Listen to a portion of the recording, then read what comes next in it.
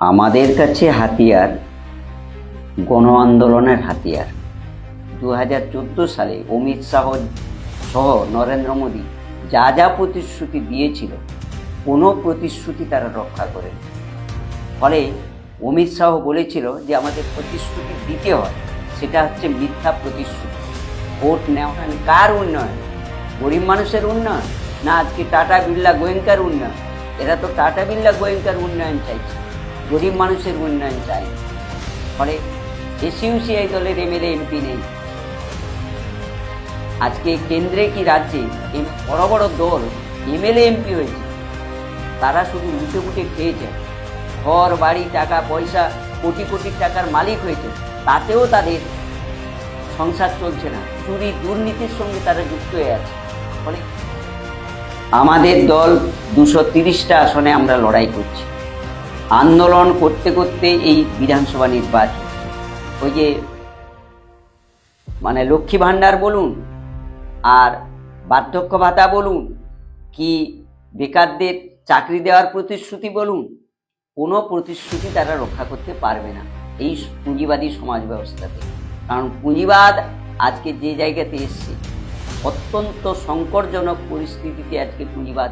যে শুভেন্দুবাবুরা আজকে হিন্দু হিন্দু বলছেন, সনাতনী হিন্দু, সেই হিন্দুদের আজকে ঘাড়ে কোপ মেরেছে এই শুভেন্দুরা। আমাদের দল মনে করে এই সমস্ত দলগুলো আজকে রুচি সংস্কৃতিহীন একটা রাজনীতি করছে। আমাদের কাছে হাতিয়ার গণ আন্দোলনের হাতিয়ার। আমাদের দল এসইউসিআই কমিউনিস্ট মনে করে গণ আন্দোলনের মধ্য দিয়ে এদেশের শ্রমিক, কৃষক, মেহনতি মানুষের মুক্তি একমাত্র সম্ভব। উন্নয়নের কথা কেন্দ্রের বিজেপি সরকার, সিপিএম, তৃণমূল, কংগ্রেস, এই যে সর্ববৃহৎ দলগুলি, তারা উন্নয়নের কথা বলে মুখে, বাস্তবিক অর্থে গরিব সাধারণ মানুষের উন্নয়ন হয়। যারা যখন ক্ষমতায় গেছে, তারা ক্ষমতায় যাওয়ার পরে মন্ত্রী, এমএলএ, এমপি হয়েছে, লুটে পুটে খেয়েছে, জনসাধারণের উপরে ট্যাক্সের বোঝা চাপিয়েছে। ফলে এটাই তারা মনে করে উন্নয়ন।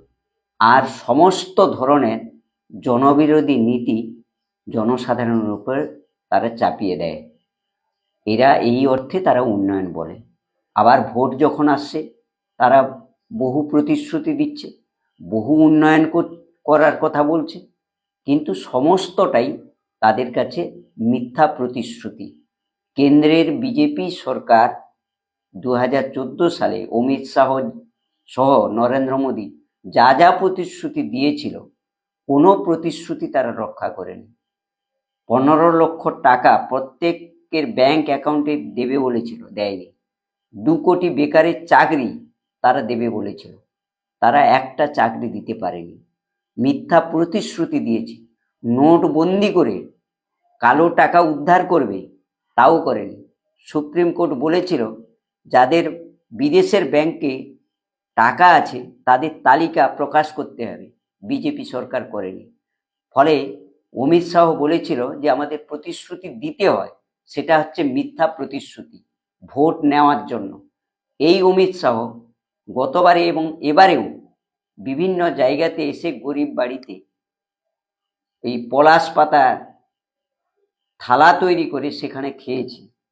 আজকে সেই অমিত শাহরা সেই সমস্ত পরিবারের আজকে এসআইআর এর নামে তাদের ভোটার তালিকা থেকে তাদের নাম বাতিল হয়েছে। তারা আজকে অসহায়, প্রকৃত ভোটার যে তারা, আজকে তাদের ভোটার তালিকাতে নাম নেই।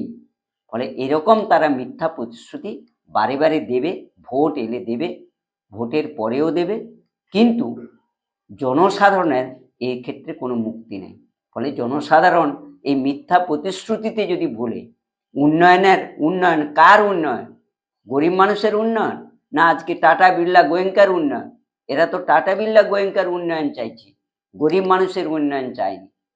ফলে উন্নয়নের কথা আমরা বলি না, আমরা বলি গণ আন্দোলন। গণ আন্দোলনের মধ্য দিয়ে গরিব সাধারণ মানুষের দাবি আদায় হবে। যথার্থ অর্থে এটাই তাদের দাবি আদায় হওয়ার একটাই মাত্র রাস্তা। তাই আমরা গণ আন্দোলনে রাস্তাতে আছি এবং গণ আন্দোলন সংগঠিত করছি জনসাধারণকে নিয়ে। দুই একটা এমএলএ এমপি থেকে গোটা রাজ্যের সমস্যার সমাধান করা সম্ভব? দু একটা এমএলএ এমপি নয়, 1952 সাল থেকে যে ভোট ব্যবস্থা এসছে, কংগ্রেসও ক্ষমতায় ছিল কেন্দ্রে এবং এ রাজ্যেও।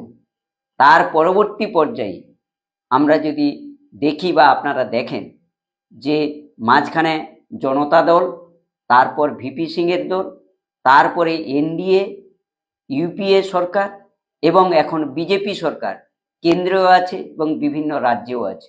আবার এ রাজ্যে কংগ্রেস ছিল, পরবর্তীকালে বাম ফ্রন্ট, মাঝখানে কয়েকটা বছর যুক্তফ্রন্ট, 34 বছরে এই সিপিএম ক্ষমতায় ছিল, এখন তৃণমূল। এমএলএ এমপি কার নেই?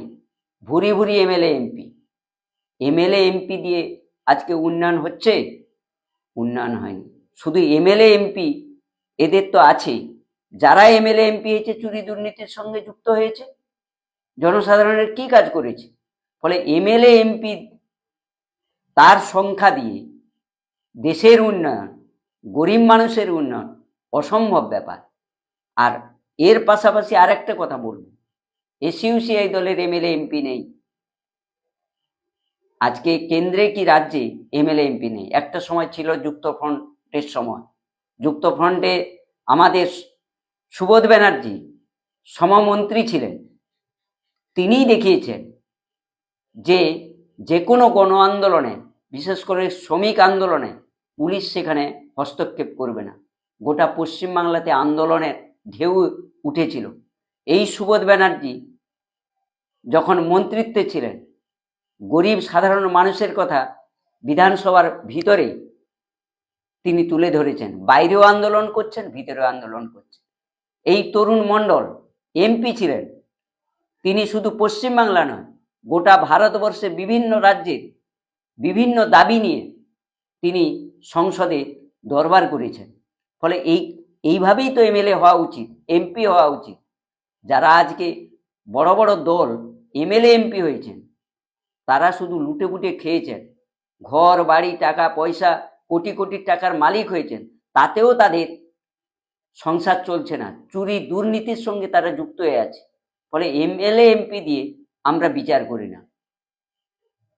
সিপিএম বামপন্থী দল হিসেবে নিজেকে বলে, অপরদিকে আপনারাও বলেন বামপন্থী, তাহলে কি সিপিএম এর সঙ্গে এসইউসিআই এর কোনো জোট আছে? না, সিপিএম এর সঙ্গে এসইউসিআই এর কোনো জোট নেই। যুক্তফ্রন্ট আমলে আমাদের দল ছিল যুক্তফ্রন্টের মধ্যে। এখন এই পশ্চিমবাংলার যারা বয়স্ক মানুষ, বামপন্থী মানুষ, তারা জানেন 67-68 সালে আমাদের এমএলএ সুবোধ ব্যানার্জি ছিলেন, তাকে সমমন্ত্রী দেওয়া হয়েছিল। তার পরবর্তী সেই কয়েকটা বছর যুক্তফ্রন্টে আমরা ছিলাম।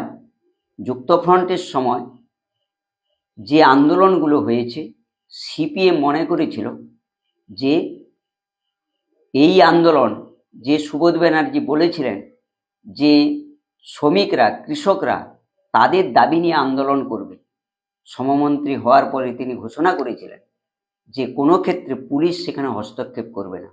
পশ্চিমবাংলাতে একটা গণ আন্দোলনের জোয়ার সৃষ্টি হয়েছিল, আর এতে আতঙ্কিত ছিল পশ্চিমবাংলা সহ ভারতবর্ষের পুঁজিপতি শ্রেণী। জ্যোতিবাবু সঙ্গে তাদের চুক্তি ছিল। পরবর্তীকালে এই জ্যোতিবাবুরা সুবোধ ব্যানার্জিকে মন্ত্রী থেকে সরিয়ে দেয়।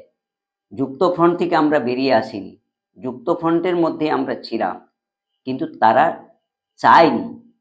ফলে পরবর্তীকালে তারা ক্ষমতায় গেছে, 34 বছর তারা ক্ষমতায় ছিল। ফলে এসইউসির আর সিপিএম বামফ্রন্টের মধ্যে পার্থক্য এটাই। যথার্থ বামপন্থী দল হিসাবে আমরা আজও তার ঝান্ডা বহন করে চলেছি।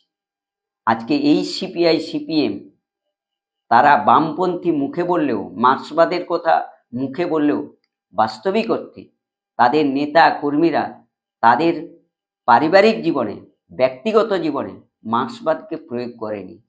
তারা পুঁজিপতি শ্রেণীর পদলেহন করেছে।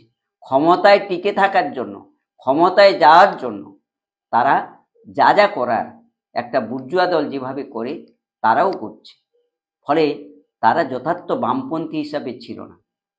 আমাদের সঙ্গে আমাদের দলের সাধারণ সম্পাদক কমরেড প্রভাস ঘোষ বলেছিলেন, আসুন যুক্ত আন্দোলনে। তারা আসেনি। তারা সেই কংগ্রেস, যে কংগ্রেস একটা সাম্প্রদায়িক দল, কংগ্রেসী আমলে সাম্প্রদায়িক দাঙ্গা বহু হয়েছে।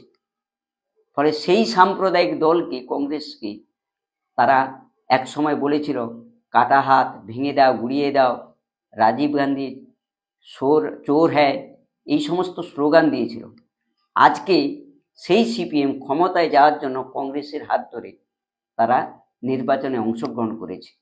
আমাদের দলের পক্ষ থেকে বলা হয়েছিল যে একটা সাম্প্রদায়িক শক্তির হাত ছাড়ুন, গণ আন্দোলনে ফিরে আসুন। 34 বছরে আপনারা বামপন্থাকে কলঙ্কিত করেছেন।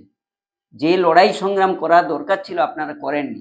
বিশেষ করে সিঙ্গুর, নন্দীগ্রামে যেভাবে টাটা সালেমদের পক্ষে তারা ছিলেন, এই নন্দীগ্রামে প্রকাশ্যে দিবালোকে মা বোনেদের যেভাবে ধর্ষণ করেছে, ক্যাডার বাহিনী নামিয়ে মানুষ খুন করেছে, সিঙ্গুরে যেভাবে ওই তাপসী মালিককে হত্যা করেছে, এ তো নক্কারজনক।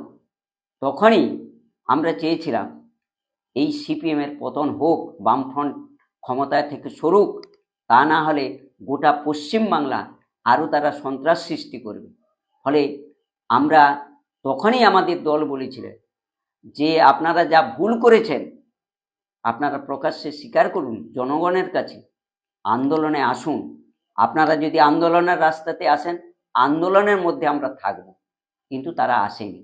এবারের নির্বাচনে এই সিপিএম সঙ্গে কংগ্রেস যায়নি, কিন্তু না গেলেও এই সিপিএম আজকে একটা সাম্প্রদায়িক শক্তি, আইএসএফ, মিম থেকে শুরু করে হুমায়ুন কবিরের সঙ্গে রাজ্য সম্পাদক সিপিএমের গোপনে আতাত যাতে কিছু সিট বাড়ানো যায়। ফলে এই রাজনীতি আমরা করি না। যথার্থ অর্থে যদি তারা বামপন্থী দল হয় তারা এই জায়গাতে আসতো না। ফলে বামপন্থাকে তারা দুপায়ে মারিয়েছে। যথার্থ অর্থে একটা বামপন্থী দল হিসাবে আমরা সে লড়াই করে চলেছি। আমরা টাকা পয়সা বিনিময়ে বা ওই যে এমএলএ এমপি পাওয়ার অর্থে আমরা কারোর সঙ্গে আমরা যাইনি। আমরা রাস্তায় আছি, রাস্তায় আমরা আন্দোলন করছি। ফলে সেই হিসাবে সাধারণ মানুষ, পশ্চিমবাংলার বহু মানুষ তারা জানে এই সিপিআই দল গণ আন্দোলনে বিশ্বাসী।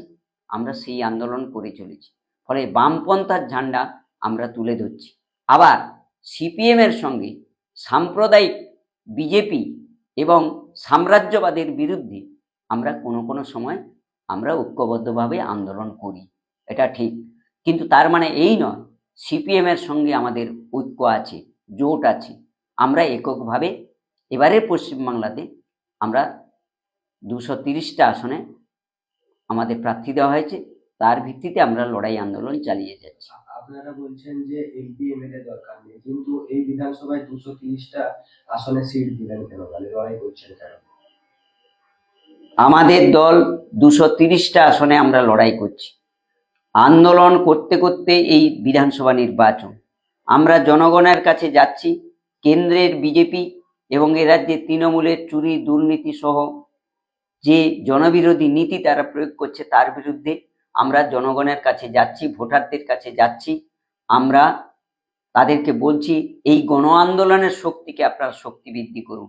এর মধ্য দিয়ে যদি আমাদের কোনো প্রার্থী যেতে বিধানসভায় যায়, তাহলে বিধানসভার ভিতরে যেমন সেখানে লড়াই হবে, সেখানে জনসাধারণের কথা তুলে ধরা হবে, আবার বাইরে জনসাধারণকে নিয়ে আমরা আন্দোলন করব। গত যুক্তফ্রন্টের সময়, তার পরবর্তী সময়ে আমাদের দেবপ্রসাদ সরকার, প্রবোধ পুরকাইত, তরুণ মণ্ডল, তরুণ নস্কররা যেভাবে বিধানসভা এবং লোকসভার ভিতরে লড়াই করেছেন, আন্দোলন করেছেন, প্রতিবাদ জানিয়েছেন, জনসাধারণের কথা নিয়ে গেছেন, আবার বিধানসভার বাইরেও তারা লড়াই আন্দোলনে ছিলেন, এখনো পর্যন্ত আছে। ফলে সেই দৃষ্টিভঙ্গি অনুযায়ী আমরা চলছি। 20 বছর পর একলা চলো নীতি, কংগ্রেসের ইস্তাহারে লক্ষ্মী ভান্ডারের পাল্টা দুর্গা সম্মান ও বিপুল ভাতা, কি বলবেন? 20 বছর পরে কংগ্রেসের আজকে যা অবস্থা, তারা যে আবার কোনোদিন ক্ষমতায় ফিরে আসবে তাদের সে সামর্থ্য নেই। কংগ্রেসের আজকে সেই সংগঠন নেই। আজকে মমতা ব্যানার্জি লক্ষ্মী ভান্ডার দিচ্ছে 1000, 1500, বেকারদের 1500 টাকা করে ভাতা দিচ্ছে, চাকরি বাকরি কিচ্ছু নেই, চাকরি দিতেও পারবে না, লক্ষ লক্ষ কলকারখানা বন্ধ, নতুন কলকারখানা খোলা হয়নি। কংগ্রেসরা আবার ক্ষমতায় এলে কলকারখানা খুলবে, বিষয়টা এরকম নয়। বিজেপিও যে প্রতিশ্রুতি দিয়েছে, তারাও 5000 টাকা করে দেবে, এমনকি সিপিএমও পর্যন্ত তারাও এখন প্রতিশ্রুতির ঝুড়ি নিয়ে ভোটারদের বাড়ি বাড়ি যাচ্ছে। ফলে প্রতিশ্রুতিই থাকবে, কারণ এই সমাজ ব্যবস্থাটাই হচ্ছে পুঁজিবাদী সমাজ ব্যবস্থা। এই পুঁজিবাদী সমাজ ব্যবস্থায় পুঁজিবাদকে টিকে রাখার জন্য এই সমস্ত দলগুলো হাজির।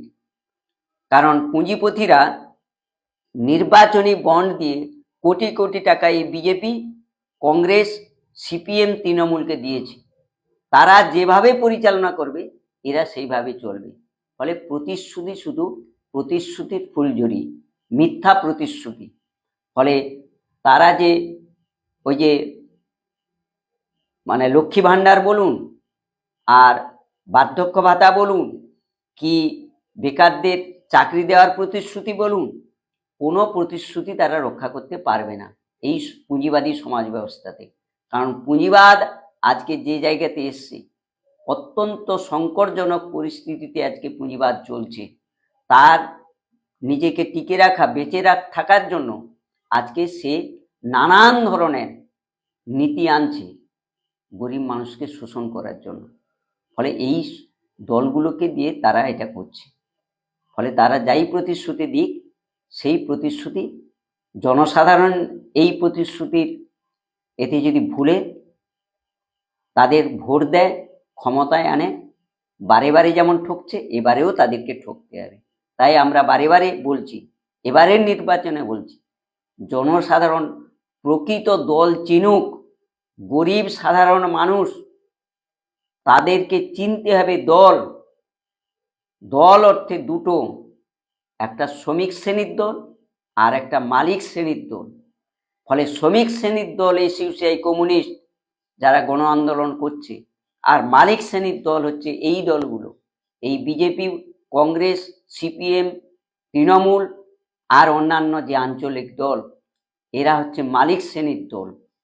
ফলে দলকে চিনতে হবে কারা জনসাধারণের হয়ে যথার্থ অর্থে লড়াই আন্দোলন করছে রাস্তায় দাঁড়িয়ে। বাংলাদেশি মুসলিমরা থাকবে না, ঝাড়াই বাছাই হবে, এমনটাই হুমকি শুভেন্দু অধিকারী। শুভেন্দু অধিকারী অনেক হুমকি দিচ্ছে এসআইআর নিয়ে। এক সময় বলেছিল এই পশ্চিমবাংলাতে রোহিঙ্গা এবং বাংলাদেশি মানুষরা আছে। এবারের নির্বাচনের আগে এই যে এসআইআর, যে 60 লক্ষ হচ্ছে ভোটার, প্রকৃত ভোটার, তাদেরকে ভোটার তালিকা থেকে বাদ দেওয়া হলো, তাদের নাগরিকত্ব কেড়ে নিচ্ছে নির্বাচন কমিশন। এ তো বিজেপিরই চক্রান্তে, বিজেপি নির্বাচন কমিশনকে দিয়ে এটা করেছে। আজ পর্যন্ত পরিসংখ্যান দিতে পারেনি যে পশ্চিমবাংলাতে কতজন রোহিঙ্গা ছিল, কত বাংলাদেশি মুসলমান ছিল। এই পরিসংখ্যান শুভেন্দুবাবুরা দিতে পারেনি। বরং যে 92 লক্ষ মানুষের ভোটার তালিকা থেকে নাম বাদ গেল, তার সিংহভাগটা এই পশ্চিমবাংলার হিন্দু ভোটাররা তাদেরকে বাদ দেওয়া হয়েছে। ইতিমধ্যেই আপনারা জানবেন এই যে ডিটেনশন ক্যাম্প প্রত্যেকটা রাজ্যে করতে বলা হয়েছে এবং পশ্চিমবাংলাতে করতে বলা হয়েছে। এনআরসি এসআইআর এর নামে এনআরসি ঘুরপথে এনআরসি চালু করা, এদেরকে পরবর্তীকালে ডিটেনশন ক্যাম্পে রাখা হবে। কারা তারা? তারা হিন্দু। যে শুভেন্দুবাবুরা আজকে হিন্দু হিন্দু বলছেন, সনাতনী হিন্দু, সেই হিন্দুদের আজকে ঘাড়ে কোপ মেরেছে এই শুভেন্দুরা এই এসআইআর চালু করে। ফলে আজকে তিনি মানে যত গলাবাজি করুক না কেন, বাস্তবিক অর্থে আজকে হিন্দুদের উপরে আক্রমণটা বেশি আসছে, বাংলাদেশি মুসলমান নয়। শেষ প্রশ্ন, বন্দর বিধানসভায় বিজেপি প্রার্থী রাকেশ সিং ঈশ্বরচন্দ্র বিদ্যাসাগরের ছবি নিয়ে নমিনেশন ফাইল জমা করতে গেলেন, কিভাবে দেখছেন? আমরা মনে করি, আমাদের দল মনে করে, এই সমস্ত দলগুলো আজকে রুচি সংস্কৃতিহীন একটা রাজনীতি করছে। ইতিমধ্যে এবারে নির্বাচনে আপনারা দেখেছেন সমস্ত বড় বড় এই পুঁজিপতি শ্রেণীর দলগুলো তারা ভোট পাওয়ার জন্য কেউ ঝাঁটা নিয়ে রাস্তা পরিষ্কার করছে, কেউ সেলুনে গিয়ে দাড়ি কাটছে, কেউ কারোর বাড়িতে ঢুকে মুড়ির চাল ভাজছে, রুটি তৈরি করে দিচ্ছে, কেউ আবার জঙ্গলমহলে বৃদ্ধা মহিলার মাথা থেকে কাঠের বোঝা নিয়ে হাঁটছে। আবার এদের মধ্যে আবার একটা সংস্কৃতির জন্ম নিয়েছে, এই যে কোনো কোনো জায়গাতে মহাপুরুষদের গলায় মালা দেওয়া, আবার মন্দিরে ঢুকে পূজা করা, মসজিদে গিয়ে নমাজ পড়া। এই যে সংস্কৃতি, একটা সময় ভারতবর্ষের স্বাধীনতা আন্দোলনে রাজনীতির মধ্যে এই জিনিস ছিল না, ছিল জীবন দেওয়ার জন্য, দেশকে স্বাধীন করার জন্য। এই ক্ষুদিরামরা, নেতাজি, ভগৎ সিং, বিনয় বাদল দীনেশ, এরা দেশের জন্য জীবন দেওয়ার জন্য প্রস্তুত, জীবনও দিয়েছেন, ঘর বাড়ি সংসার সমস্ত কিছুকে ত্যাগ করেছেন। ফলে আজকে সেই সংস্কৃতিটা পশ্চিমবাংলাতে বিশেষ করে এই সমস্ত দলের রাজনৈতিক নেতাদের মধ্যে নেই। এই বিজেপি মালদাতে নেতাজি সুভাষচন্দ্র বসুর মূর্তির উপরে উঠে তার মাথা উঠে রামনবমীর গেরুয়া পোশাক তার মুখে বেঁধে দিয়েছে। আবার এই বিজেপি নেতাজির গুণগান গাইছিল 23শে জানুয়ারি, ভোটের অর্থে। তো এই বিজেপি বহু জায়গাতে মনীষীদের, বিপ্লবীদের, সাহিত্যিকদের, বিজ্ঞানীদের মূর্তি রাখেনি, ভেঙে দিয়েছে। এই বিজেপি তার টাকা দিয়ে, লোক দিয়ে, সমাজ বিরোধীদের দিয়ে রামের মূর্তি কি হনুমানের মূর্তি ভাঙছে। যখন ধরা পড়ছে দেখা গেল তাদেরই লোক, আর তারা প্রচার করছে সংখ্যালঘু সম্প্রদায় মুসলমানরা এটা করেছে। আবার পাশাপাশি তৃণমূলও একই জিনিস করছে, তারাও রামনবমীর পূজা করছে, তারাও জগন্নাথ ধাম তৈরি করছে, তারাও তাদের নেতা নেত্রীরা মসজিদে গিয়ে নমাজ পড়ছে। এই তো নোংরা রাজনীতি। ভোট ব্যাংক রাখো, হিন্দু ভোট রাখতে গেলে পূজা পার্বণ মন্দির করতে হবে, মুসলিম ভোট রাখতে গেলে মসজিদ করতে হবে। এই নিয়ে তাদের কাড়াকাড়ি। বাস্তবিক অর্থে বিদ্যাসাগরের, প্রকৃত অর্থে বিদ্যাসাগরের জীবন সংগ্রামকে নিয়ে তারা চলে না, নেতাজির জীবন সংগ্রামকে নিয়ে তারা চলে না, ক্ষুদিরামের আত্মত্যাগ তাদের কাছে কোনো মূল্য নেই। ফলে এটা তাদের কাছে একটা ভেক, ভাঁওতা ছাড়া আর কিছু না। আপনি জিতলে প্রথম নারায়ণগড়বাসীর জন্য কি উপহার দেবেন? ভোটাররা যদি আমাদেরকে ভোট দিয়ে সমর্থন জানায়, নারায়ণগড়বাসীর কাছে আমরা বলবো নারায়ণগড়ের সার্বিক উন্নয়ন, বিশেষ করে রাস্তাঘাট, কেলেঘাই নদী পুনরায় সংস্কার, মান্দার এবং গনুয়ার ঘাটে দুটো ব্রিজ স্থাপন করা, আবার বেল্লার 24 নম্বর রেলগেট, 25 নম্বর রেলগেটের সাবওয়ে, 24 নম্বর গেটের ওভারব্রিজ এবং বেলদায় যে জঞ্জাল, রাস্তার উপরে জঞ্জাল মুক্ত করে, মানে তার দূষণ মুক্ত করা। ওইখানে মকরামপুরে সুপ্রিমের যে দূষণ, সেই দূষণকে বন্ধ করা। আর বেলদার সুপার স্পেশালিটি হাসপাতালে যে চিকিৎসা আরও পরিকাঠামো তার বাড়ানো দরকার, মানে অভিজ্ঞ ডাক্তার